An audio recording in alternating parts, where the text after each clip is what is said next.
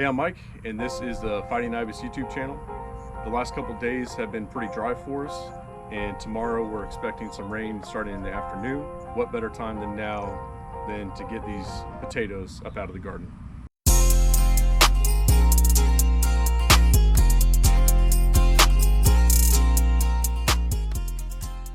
Come to my attention that we haven't actually spoke too much about the garden. I've posted pictures about it on Instagram and our Facebook page, but before we get started with the potatoes, let's just go over what exactly we've got growing now. Right up in here is all of our okra, and Krissy, I believe, earlier came through and she cut all the big ones, but even though this plant is small, we've got a few that are producing fairly well. And then over here, it's hard to see. Those are going to be bell peppers eventually. When the corn is done, they'll get a little bit more sunlight and hopefully pop up. 6 feet of peaches and cream sweet corn. All down in here, we've got different varieties of romaine lettuce. I think one was like a butterhead, and then the other one was Paris Island. On the back, we've got rattlesnake beans. We're not picking them green. We're letting them dry in pods like this over here, and we're coming in and we're swooping in and grabbing them and then saving them up. And then in the middle here, still very young, we've got our carrots. I can't tell you what variety carrot, but I remember the picture on the front was kind of just your generic run-of-the-mill standard carrot like you catch at Publix or Walmart. And then if Kendall backs up here a minute and she shows you this one, we've got Olivia's sunflower plant. So her first grade teacher, Miss Jackson, had started some sunflowers for, I guess, the whole class, and she brought that home maybe a couple weeks ago. So we moved it out of the little cup that it was growing in and transplanted it here, and it's done fairly well so far. This is the blueberry plant, and it's mine. And there's already one blueberry on it, and I ate it. There was actually 2. And a bird ate one. Which they're my blueberries, actually. My raspberry plant, it has not produced any raspberries yet. It has just been fertilized a few days ago. I don't see anything forming.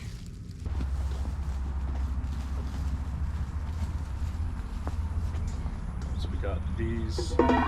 So far, the first plant I've yanked out seems to be kind of small, but just to show the girls. Remember when we came out and planted these? Yes. So that's it. I dig the hole. That's it right there. You see the plant? But why are there half them? But that's the one we planted. So remember we went and we took the seed potatoes and cut them in half. And then when we buried them, we buried the flat part down, round side up, like this. Okay. And then this is the plant that grew out of that piece, that half piece that we cut. Yeah, I remember. But that's it right there. And then we got all these little potatoes. Maybe we'll try to save them and see if the piggies want them. I'm just gonna toss these to the side over here. But what I did was, and this one's still kind of green. This one is fully dead. It'll probably have none. No, there's something in there. Really? Gotta be something down there. There we go. But it's fine. But look how much bigger that one is compared to one of these. That one's So really this came from a green plant, and this one came from a full dead plant. So I would imagine we planted both of those seed potatoes at the same time. This plant grew faster than this one. So now that we're ready to harvest the dried out dead ones, we're going to end up taking some of the green ones with it. So some potatoes are going to be big and some are going to be small. It's also weird that the potato disconnects to the plant without us even like taking it. Yeah, well, that's because the plant itself is dead. there's really nothing holding the potato onto the plant. It's like dried up That one kind and kind of like broken off. That one kind of looks like a peach. A peach? Yeah. I wish we could grow some peaches. This one's like an orange or apple. That's a little stem thing, but it's a dead apple. And it's brown. Oh yeah. No, it's a tannish. Okay, this thing's full and it's heavy. Okay, go deliver it to Mama. Let her know that's only the first row. We got a whole nother row we gotta dig out.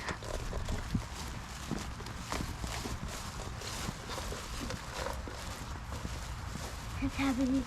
Maybe too heavy, but I can. Come on, Mama. The piggy. The tiny Well, how do we know which ones to do? Or what do we have The to tiny do? one. Ask Daddy. I think Daddy just wants us to rinse it off. I don't know. Okay. What do you think? Got a pretty good yield? Yeah. You happy with it? Look at that big boy. That's what we need. We need all of them to be that big.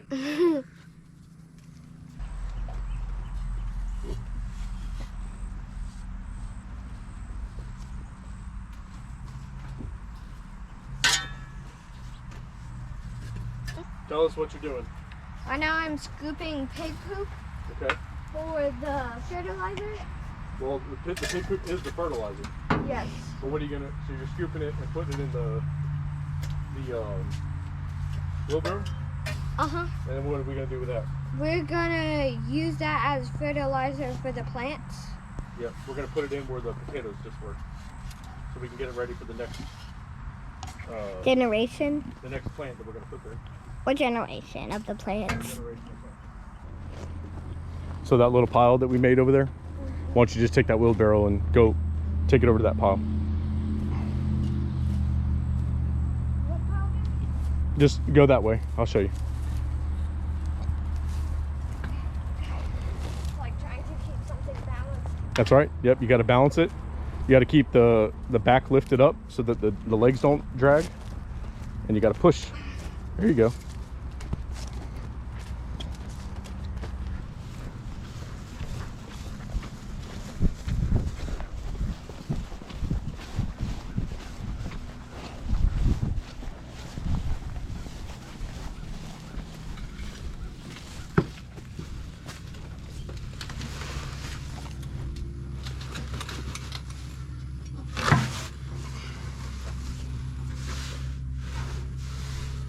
It looks like it needs a little water. A little water, yep. Put some water on it, mix it up.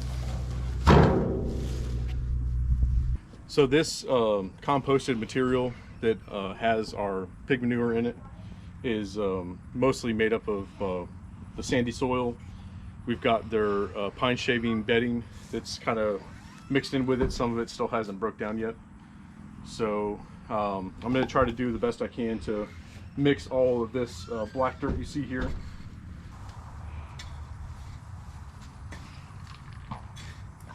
Oops. Got a little onion stick.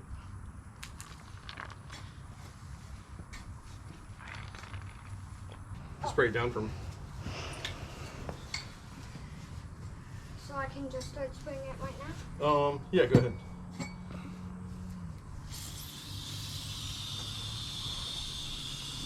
It is kind of better when you spray it and mix it at the same time, so the water doesn't suck into the dirt already that quick.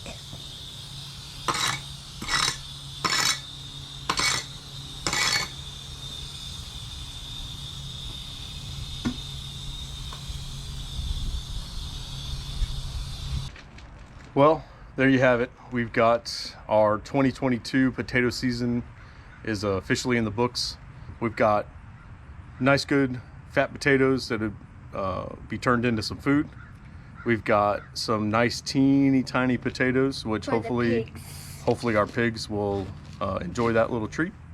And then the ones that are in the Goldilocks zone that are just right, Will be used for next year. we're going to use those for next year. So we're gonna save a bunch of those aside, and we'll get them right back in that same garden and grow them again.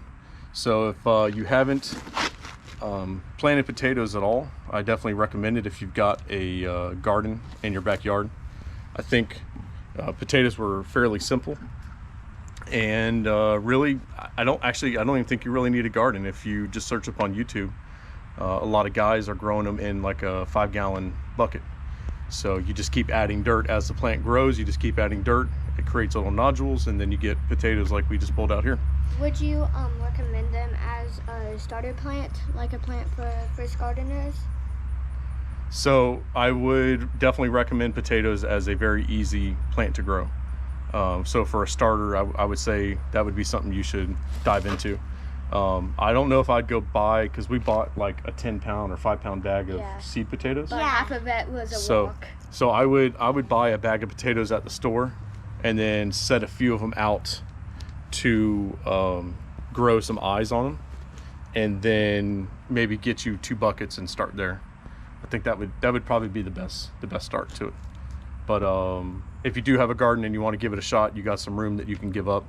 I think